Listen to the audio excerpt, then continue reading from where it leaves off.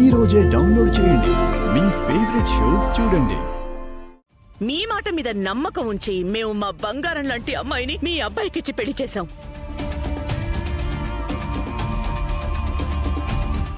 మీరు జీవితాంతం ఉండేలా బంధాన్ని కలుపుకున్నారు. కానీ మీరు ఒక్క రోజు కూడా మా ఉన్నతిని బాగా చూసుకోలేకపోయారా? అది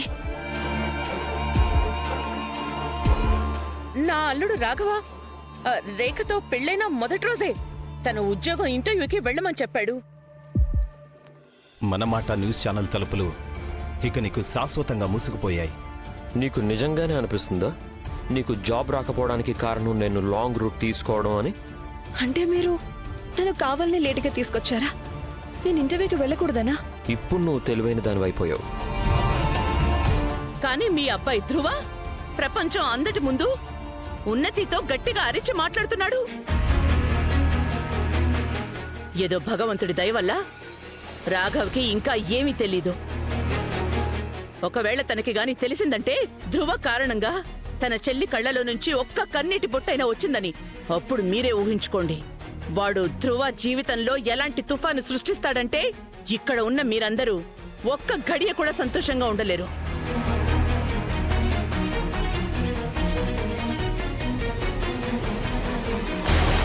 క్షమించండి పిన్ని గారు, కానీ ఉన్నతి ఏదైతే చేస్తుందో అది కూడా కరెక్ట్ కాదు.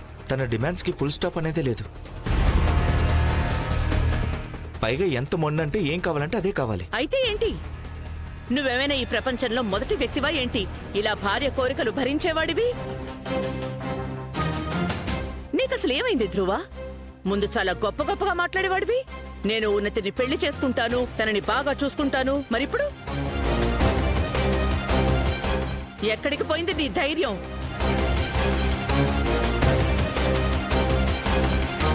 చూడండి, నేను పెళ్లి చేసుకున్నాను కాబట్టి నిలబెట్టుకుంటాను కూడా, కానీ ఉన్నతి కూడా అర్థం చేసుకోవాలి కదా. ధ్రువ్, చాలు, చాలా ఎక్కువైంది. ఇక నేనిక్కడ ఉన్నతిని ఒక్క క్షణం కూడా ఉండనివ్వను. పదమ్మా. ఒక్క నిమిషం పిన్ని గారు, ప్లీజ్.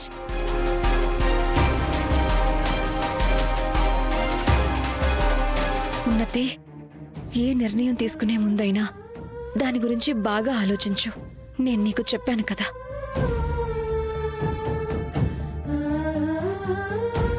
తుది నిర్ణయం నీదే. కానీ గుర్తుపెట్టుకో, కొన్ని నిర్ణయాల్ని మనం మార్చుకోలేము. కొన్ని దారుల్లో అయితే యూ టర్న్లు ఉండవు ఉన్నతి.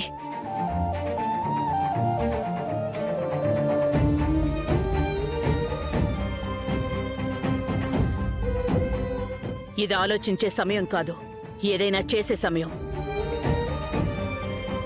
నాకు పూర్తి నమ్మకం ఉంది, ఉన్నతి బాగా ఆలోచించే నిర్ణయం తీసుకునుంటుంది. పద ఉన్నతి. ఒక్క నిమిషం శైలజ గారు,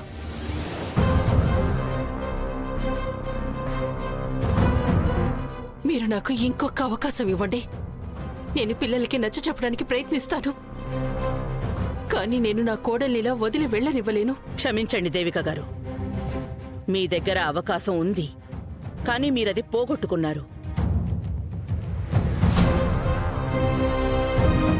రాఘవకి ఉన్నతికి తల్లి లేదు, కానీ ఈ రోజు వరకు ఒక తల్లిగా నా బాధ్యత బాగా నిర్వర్తించాను. అలాగే ఈ రోజు కూడా నిర్వర్తిస్తాను. మీరు నా ఉన్నతిని అనాథ అనుకొని పొరపడకండి.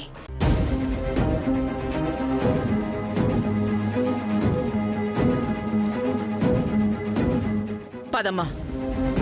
అత్తయ్య,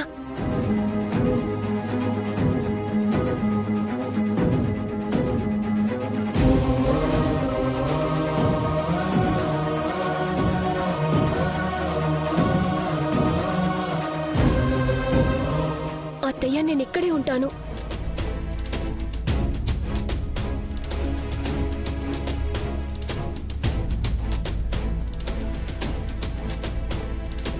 అసలు ఇవేం ఆటలున్నతి? ఒకసారి నిర్ణయించుకో, నువ్వు వస్తావా రావా అని. సారీ అత్తయ్య, మీరు నా కారణంగా రావాల్సి వచ్చింది. కానీ నేనిప్పుడు నిర్ణయించుకున్నాను, నేను ఇక్కడే ఉంటాను.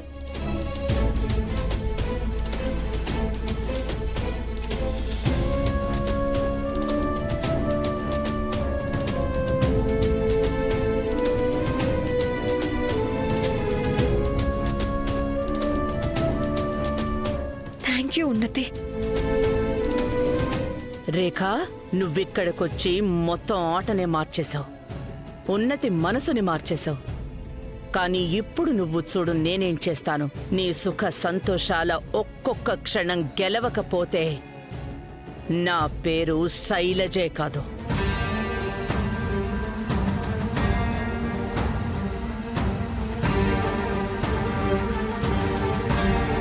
పిన్ని గారు, ఇప్పుడు ఉన్నతి కూడా ఒప్పుకుందిగా, మీరు కూడా మీ కోపాన్ని వదిలేయొచ్చుగా ప్లీజ్.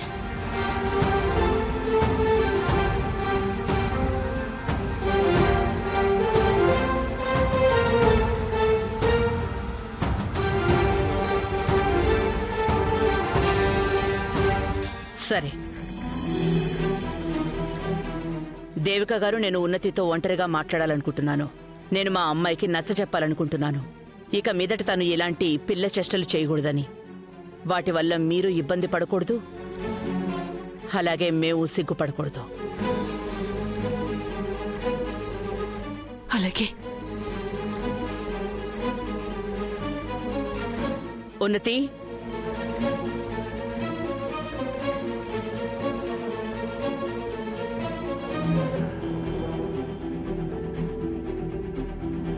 అత్తయ్య, మీరు నాకేమైనా చెప్పడానికి ముందు రేఖా వదిన నాకు మాట ఇచ్చారు. తను మెల్లిమెల్లిగా ఈ ఇంటిని నాకు తగ్గట్టుగా తయారు చేస్తారు అని. పైగా అన్నింటికంటే నాకు ముఖ్యంగా ఏసీ కావాలి. అది ఈ రోజు రాత్రి కల్లా నా గదిలో పెట్టిస్తానన్నారు. అందుకే నేను ఆ నిర్ణయాన్ని మార్చుకున్నాను. పైగా తను నాకు నచ్చ చెప్పారు. మా ఇద్దరి బంధం అనేది నా మొండి పట్టు కంటే ఎన్నో రెట్లు ఎక్కువని. నేను ఈ బంధాన్ని తెంపుకోలేను. మొయ్, ఇంకా నోరు మూసేయ్.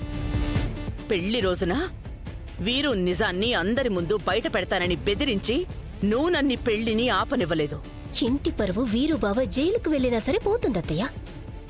ఒకవేళ నా నిజం బయటపడితే వీరు బావ నిజం కూడా. అయినా సరే నువ్వు ఏడుస్తూ నాకు ఫోన్ చేసేసరికి నేనన్నీ ఎక్కడివక్కడ వదిలేసి పరిగెత్తుకుంటూ నీ దగ్గరకు వచ్చాను. కానీ నువ్వేం చేశావు? ఈ కుటుంబం ముందు నా పరువు తీసి పారేశావు. నాకు తెలుసత్తయ్యా. అండ్ ఈరోజు మీరు మళ్ళీ నిరూపించారు మీరు నన్ను అన్నయ్యని అమ్మలా చూసుకుంటున్నారు అని. అమ్మా అన్నావు కదా, అయితే ఇక నేనేం చెప్పినా సరే నువ్వు చాలా శ్రద్ధగా వినాలి. అలాగే నీ మెదడులో మనసులో దాన్ని ఫిట్ చేసుకోవాలి. అలాగే అత్తయ్య.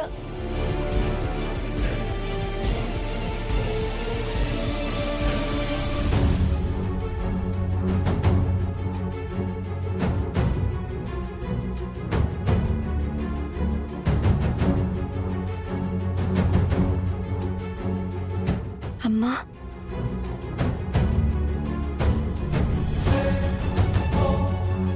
నాకు చాలా బాధగా ఉంది రేఖ. పెళ్ళైన మొదటి రోజే నేను నిన్నిలా పిలవకుండా ఉండాల్సిందే.